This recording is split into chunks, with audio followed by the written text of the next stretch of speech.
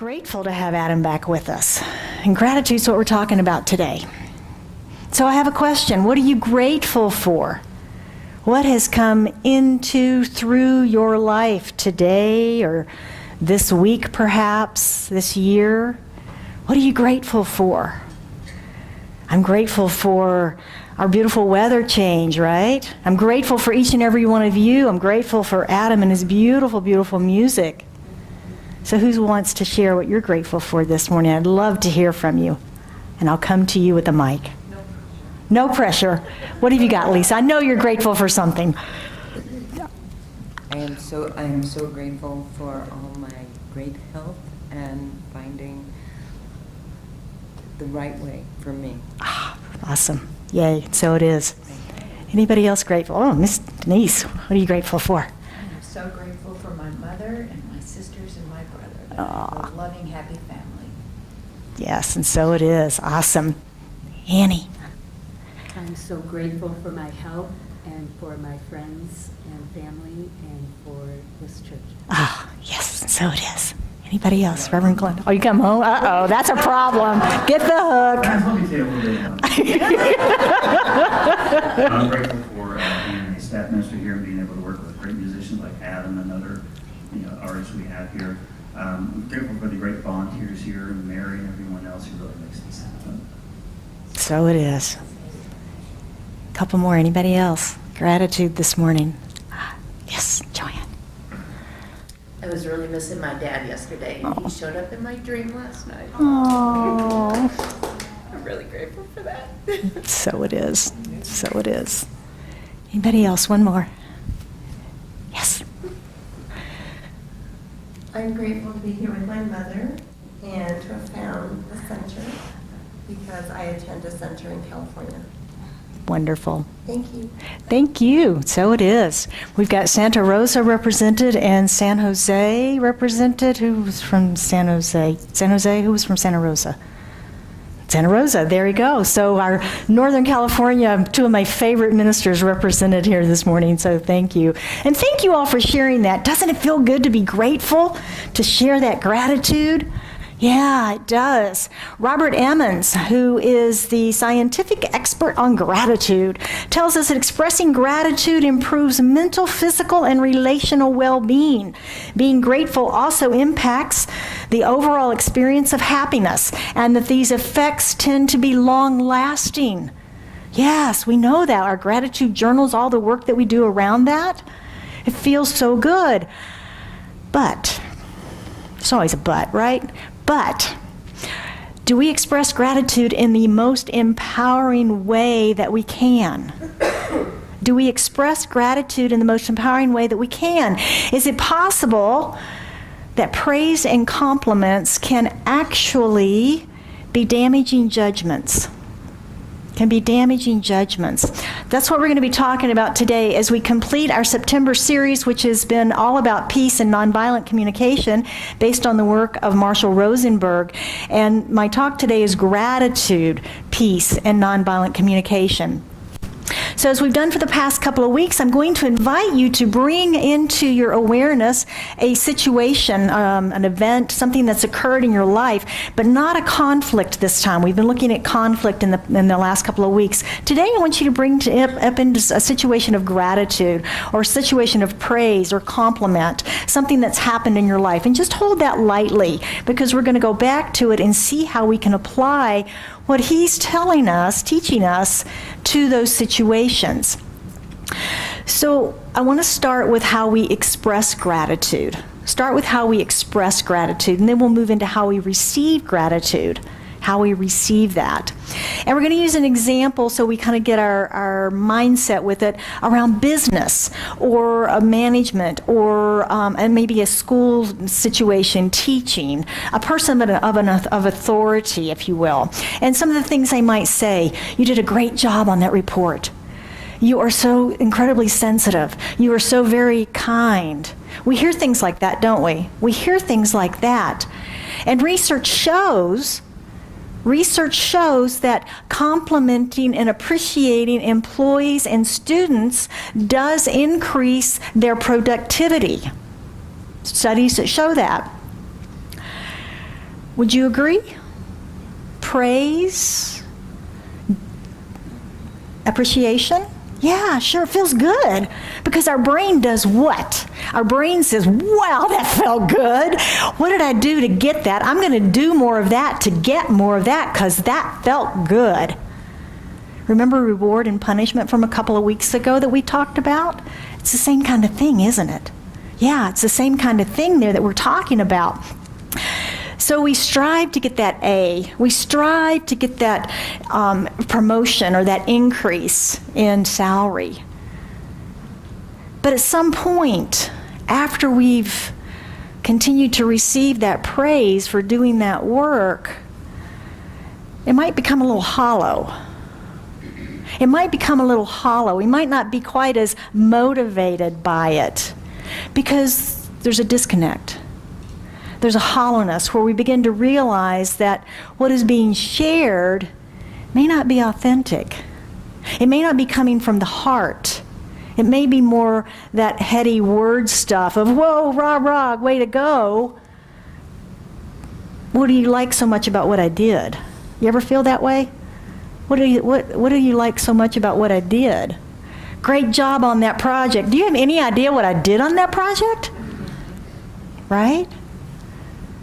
So it can become hollow, and then it's no longer motivating for us. And then productivity actually goes down. Nonviolent communication tells us that compliments are often judgments, no matter how positive. Got to wrap your head around that, right? Compliments are often judgments, no matter how positive they may be. It's a personal opinion, isn't it? A compliment is our personal perception, our personal opinion. Yeah. And we're all different, right? Thank goodness. We're all individualized and unique expressions of the divine.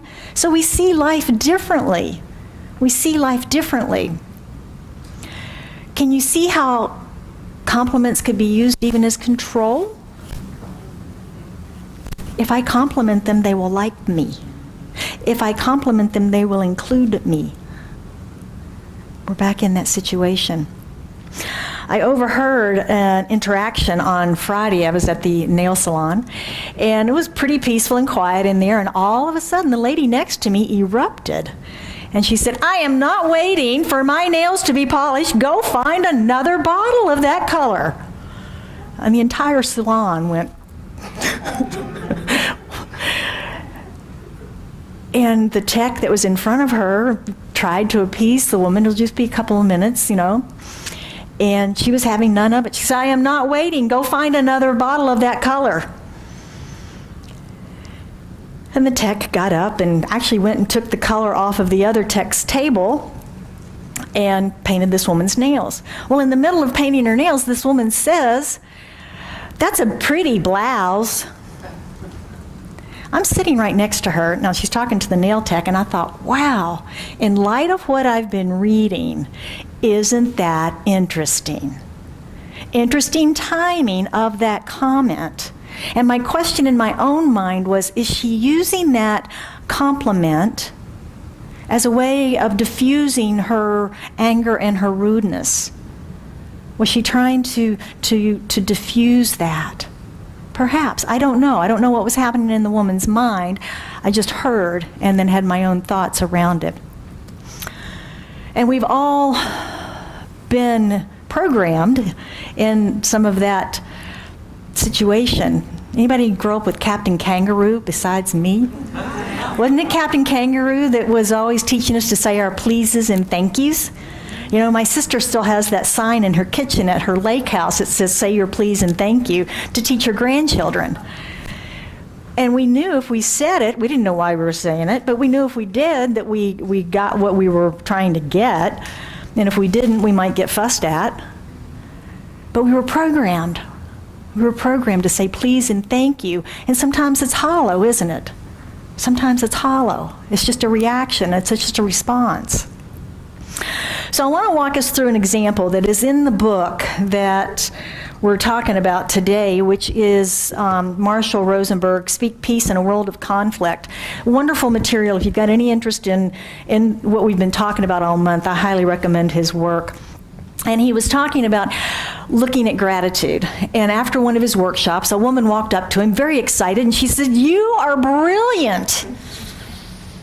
And he looked at her and he said, "That's not helpful." She said, "What?"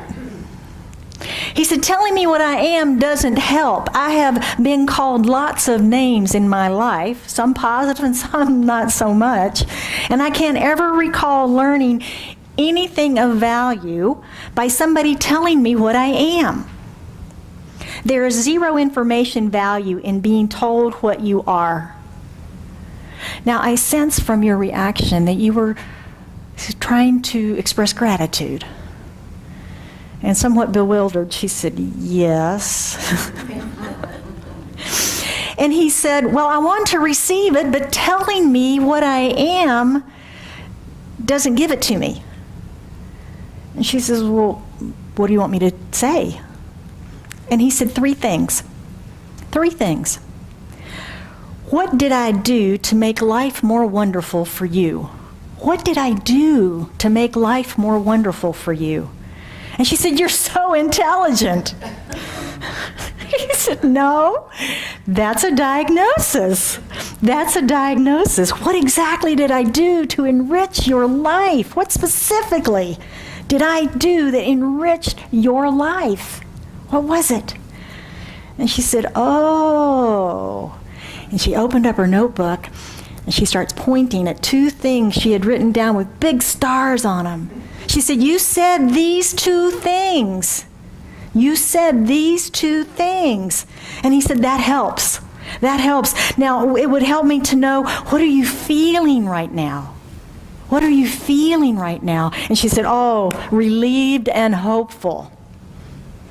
Relieved and hopeful." And he said, "What need of yours was met by those 2 things that you wrote down? What need of yours was met?" And she said, "I have never been able to connect with my 18-year-old son. We fight constantly." And she said, "What I needed was some concrete direction for connecting with him." And she said, "Those 2 things that you said, that met that need in me. I can take those 2 things, those 2 concrete ideas that you gave me, I can take those home, and now I can communicate with my son. We can begin to heal that relationship. Thank you." Suddenly has a meaning, doesn't it? To both of them, because she's anchored in what it was that she got from him, those nuggets that he spoke.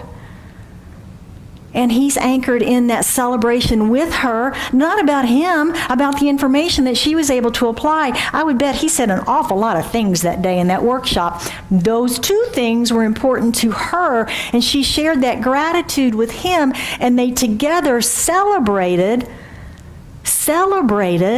that joy and that success and that gratitude. See the difference? Isn't that awesome?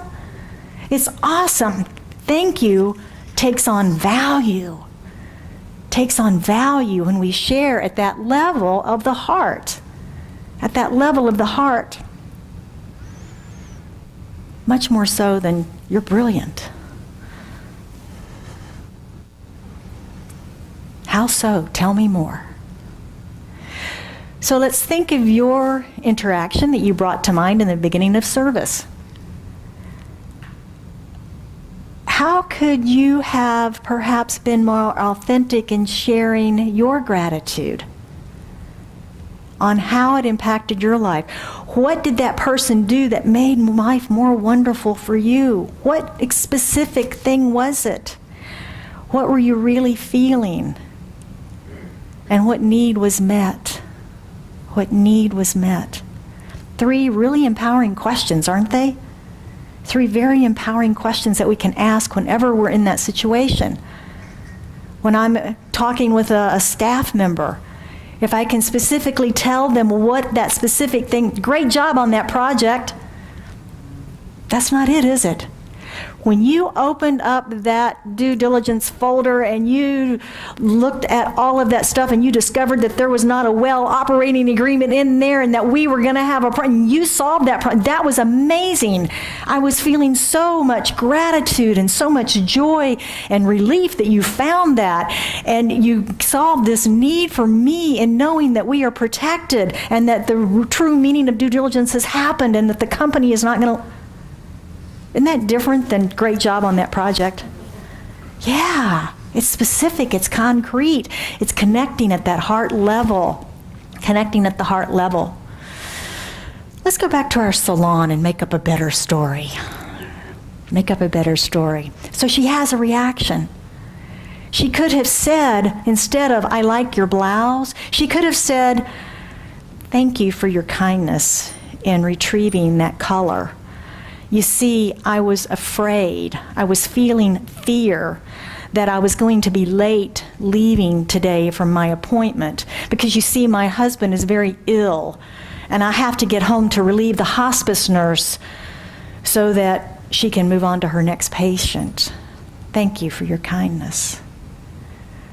Everybody's compassion in that salon would come up, wouldn't it? Completely changes the whole dynamics of that conversation. Completely changes it. Marshall Rosenberg, the author of the books that we're talking about, tells us that nonviolent communication can help us express saying thank you with greater power. Do you see? Expressing with greater power. We express it not as a reward. We don't use thank you in the form of praise or compliment, and we certainly don't use it to try to get people to continue doing things. He suggests that saying thank you only when it's a celebration of how your life has been made more wonderful by what somebody did. And that's what each of you shared this morning, was how your life had been made more wonderful. Do you realize you were doing that? You were sharing family, friends. That's how my life has been made more wonderful, by those relationships. Yeah, that's what you were sharing. So let's move to the other side and how we receive. Are you a good receiver? Arms wide open, good receiver? Sometimes it's hard to receive gratitude, isn't it? Oh, we go into that humbleness. We push it away, right? You ever pushed away your appreciation? Somebody compliments, you go, no, it was nothing. Well, we're pushing away our appreciation, and that just tells the universe that we don't want appreciation, right? Well, we do. It's part of our nature to desire that appreciation, that gratitude. So I want to look at how we receive that. Now I want to go to Marshall's, one of his first books called Nonviolent Communication, A Language of Life. And in this, he's talking about, again, another workshop that he's doing, and he had some questions that he put in a box for people to draw and respond to. And this one question that he wrote, and I'd like you to consider this in your life. Okay, so this is for you too. What appreciation might someone give you that would leave you jumping for joy? What appreciation might someone give you that would leave you jumping for joy? And the woman that drew this question out of the box was actually the director of a women's shelter. And she immediately began to tear up. And she shared with the group that she had to do the schedule each week, and she had a multitude of volunteers as well as staff members. And that invariably every week a couple of people would complain about the schedule, about the hours, about their piece of it or whatever. And she said, if I could just get some appreciation for the amount of time and consideration and care that I put into this schedule to try and make it as fair and balanced as I possibly can. So you can see it was heartfelt for her, that little bit of appreciation would make a big difference in her life. He goes on to say that everybody then in the group wanted to answer that question for themselves. They didn't want to draw any other questions out of the box. They wanted to answer that one. So what appreciation might someone give you that would leave you jumping for joy? Now he goes on to tell a story on himself and his son, and how his son had neglected to do a chore around the house, and Dad pointed it out to him. You didn't do your chores today, son. And his son says, "Dad, are you aware how often you bring up what's gone wrong, but almost never bring up what's gone right?" He's a professional, folks, right? Yeah. And it's easy to do, isn't it? To focus on what's gone wrong. We haven't gotten it done. This is not happening. As opposed to what is going right, what is going well. And noticing that. Noticing that. And my favorite, I'll give you this one last one quickly because I think it's just a brilliant school teacher. She had a young man in her class who had not done his studies for the upcoming exam. Young man shows up to take the exam, and he takes this piece of paper and he writes his name across the top and turns in a blank sheet of paper. The teacher gives him back the paper with the little circle grade, 14% with a circle around it. The young man gets the grade and he's like, "What?" And he goes back up to her and he goes, "What did I get 14% for?" She says, "Neatness."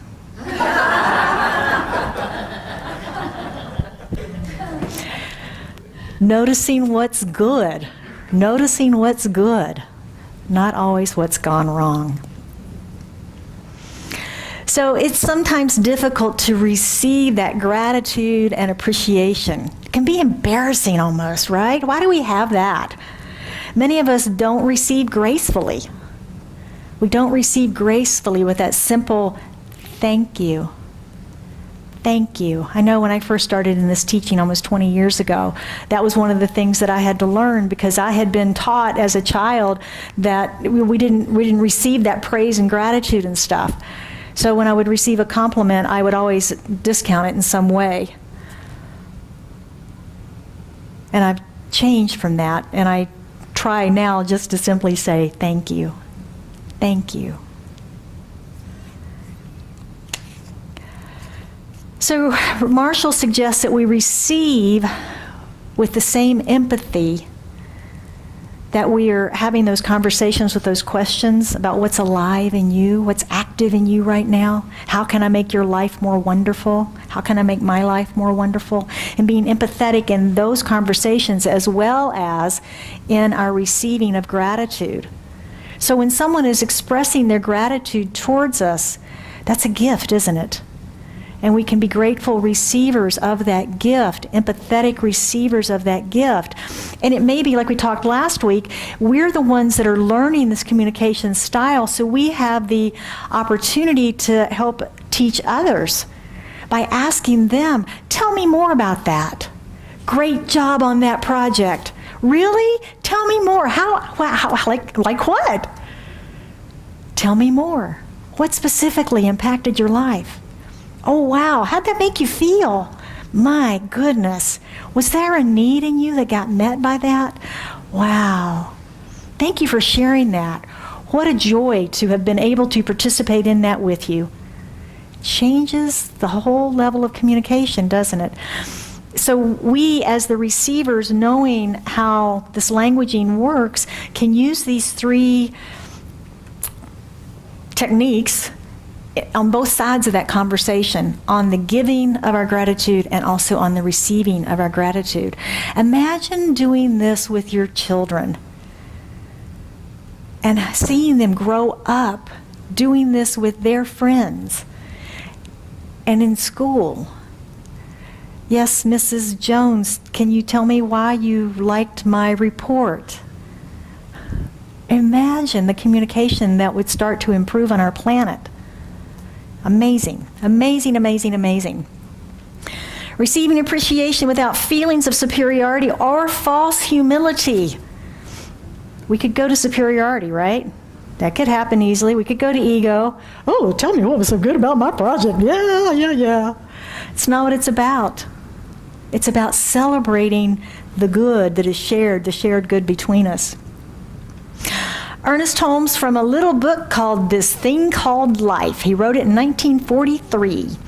He says, "We must learn to live by inspiration, and that means that we should let the spiritual depths of our being flow through our conversations and into our acts, allowing spirit to come alive in us in these interactions and these connections. Living by inspiration does not mean living chaotically. Our whole purpose is to live the intellect to make the intellect an instrument for the spirit. We must become artists in living. To live by inspiration means to sense the divine touch in everything, to enter into the spirit of things, to enter into the joy of living. And it's with each other, isn't it? It's with each other. So you can see how we might need to practice this stuff. Doesn't just roll off your tongue, does it?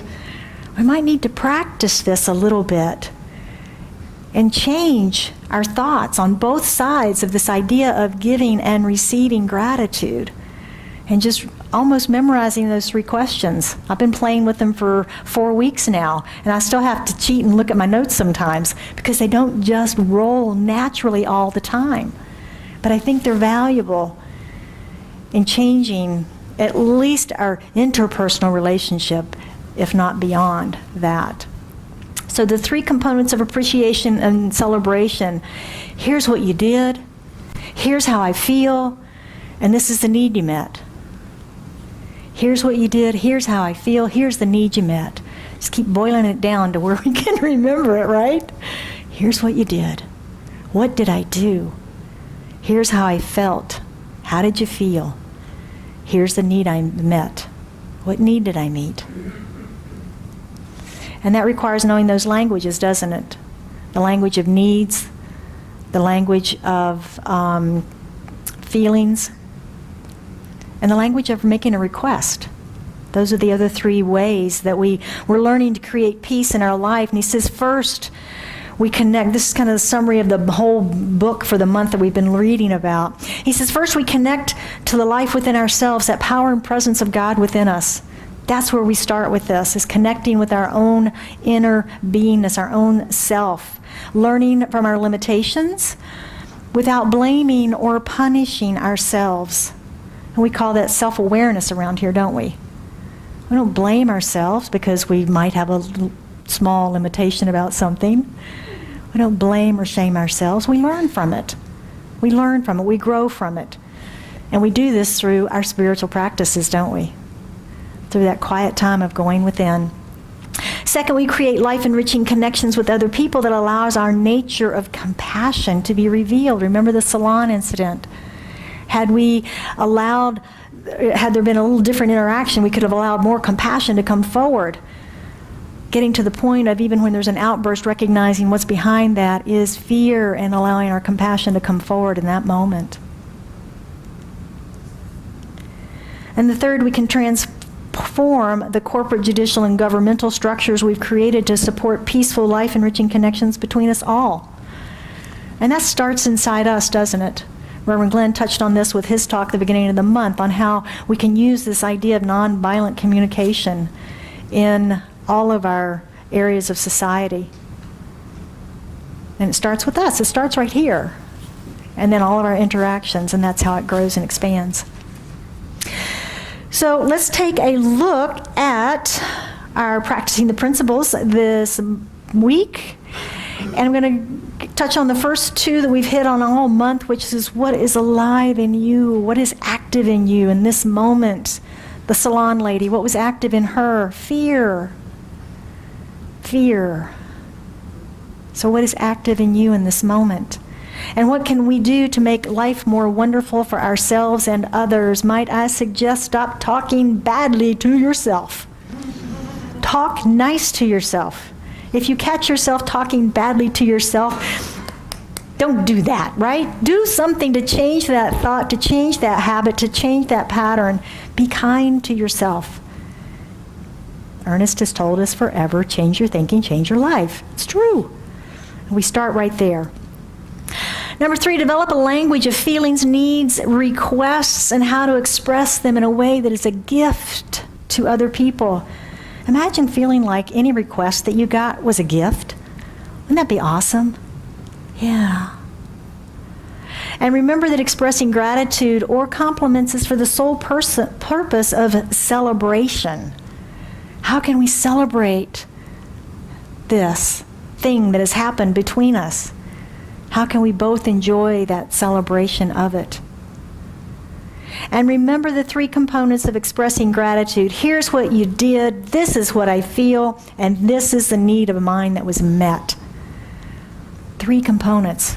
I see you all taking pictures. Put them on as your screensaver. Remember those questions when it comes up. Oh, wait a minute, let me do this. Here we go. How did this work? Right? It will transform. It will transform your communication, your relationships. So you can see that this is much deeper work. I mean, we can talk about it here for 30 minutes on Sunday morning, but it's going to take implementation and practice, isn't it? To actually begin to use it in our lives and see it impact ourselves and those around us. So the key to speaking peace is self-awareness and staying in the present moment. We've been saying that all month. Self-awareness and staying in the present moment. And when we have a moment, and we all have them, like the lady in the salon, cleaning those up, right? Using these ideas to come back around and clean up those interactions so we don't create those effects in our life that fester. So I think it's appropriate this morning that we close out our series with that famous quote from Marianne Williamson in her book, A Return to Love, which was one of the first metaphysical books I was ever gifted with. Thank you. And it is, of course, the one you're all very familiar with. Our deepest fear is not that we are inadequate. Our deepest fear is that we are powerful beyond measure. It is our light and not our darkness that most frightens us. We ask ourselves, who am I to be brilliant, gorgeous, talented, and fabulous? Actually, who are you not to be? You are a child of God. Your playing small does not serve the world. There is nothing enlightened about shrinking so that other people will not feel insecure around you. We are all meant to shine as children do. We were born to make manifest the glory of God that is within us. It is not just in some of us, it is in everyone. And as we let our light shine, we unconsciously give others permission to do the same. Did you know that? Yeah, they learn by our example.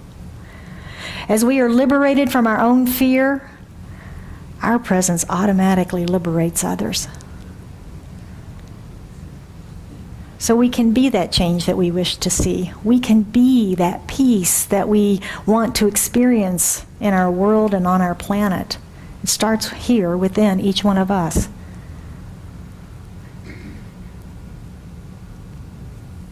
It starts right here. And it starts with prayer.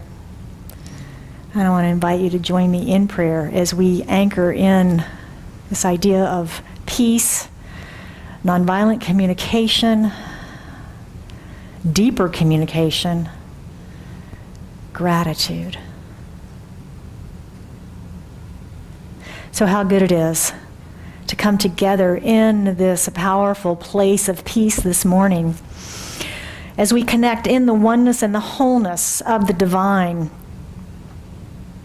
and the wholeness of spirit, and the recognition of that power and that presence that is life itself, that expresses in, through, and as each one of us uniquely made manifest, individualized, and yet connected, all one in the one. And that one powerful, loving presence. So I speak my word this day for and about each one of us here, knowing, claiming, and accepting that powerful peace, that peace of God that passes understanding, that is revealed within us, within our hearts, our minds, and our absolute beingness. That peace and gentleness, that stillness within us that knows the connectivity of each and every human, each and every life on this planet. And that we can change our world through changing ourselves, through looking at life as and being life as this peaceful presence. I speak a word of blessing this day on on our planet, on all of those who have experienced the apparent fury of Mother Nature of recent days and months, be it fire, flood, hurricane, earthquakes, whatever it may be, in all of the places on our planet that have been touched by these devastating disasters. We lift each one up in the light and the wholeness and the peace and the presence and the love of God, knowing that each is receiving exactly what it is that they need to be supported in this moment. I speak the word of blessing upon Jody and her team that are driving in through Texas right now, knowing that the goods and the materials and the supplies that have been loaded on that truck are going into the perfect right hands to be distributed to each and every person in need in that area. And we bless her and her work of love on this planet.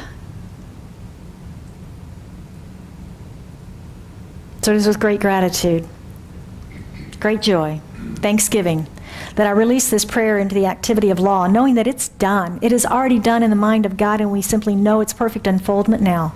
As I release it into this activity, we affirm it together by saying, and so it is.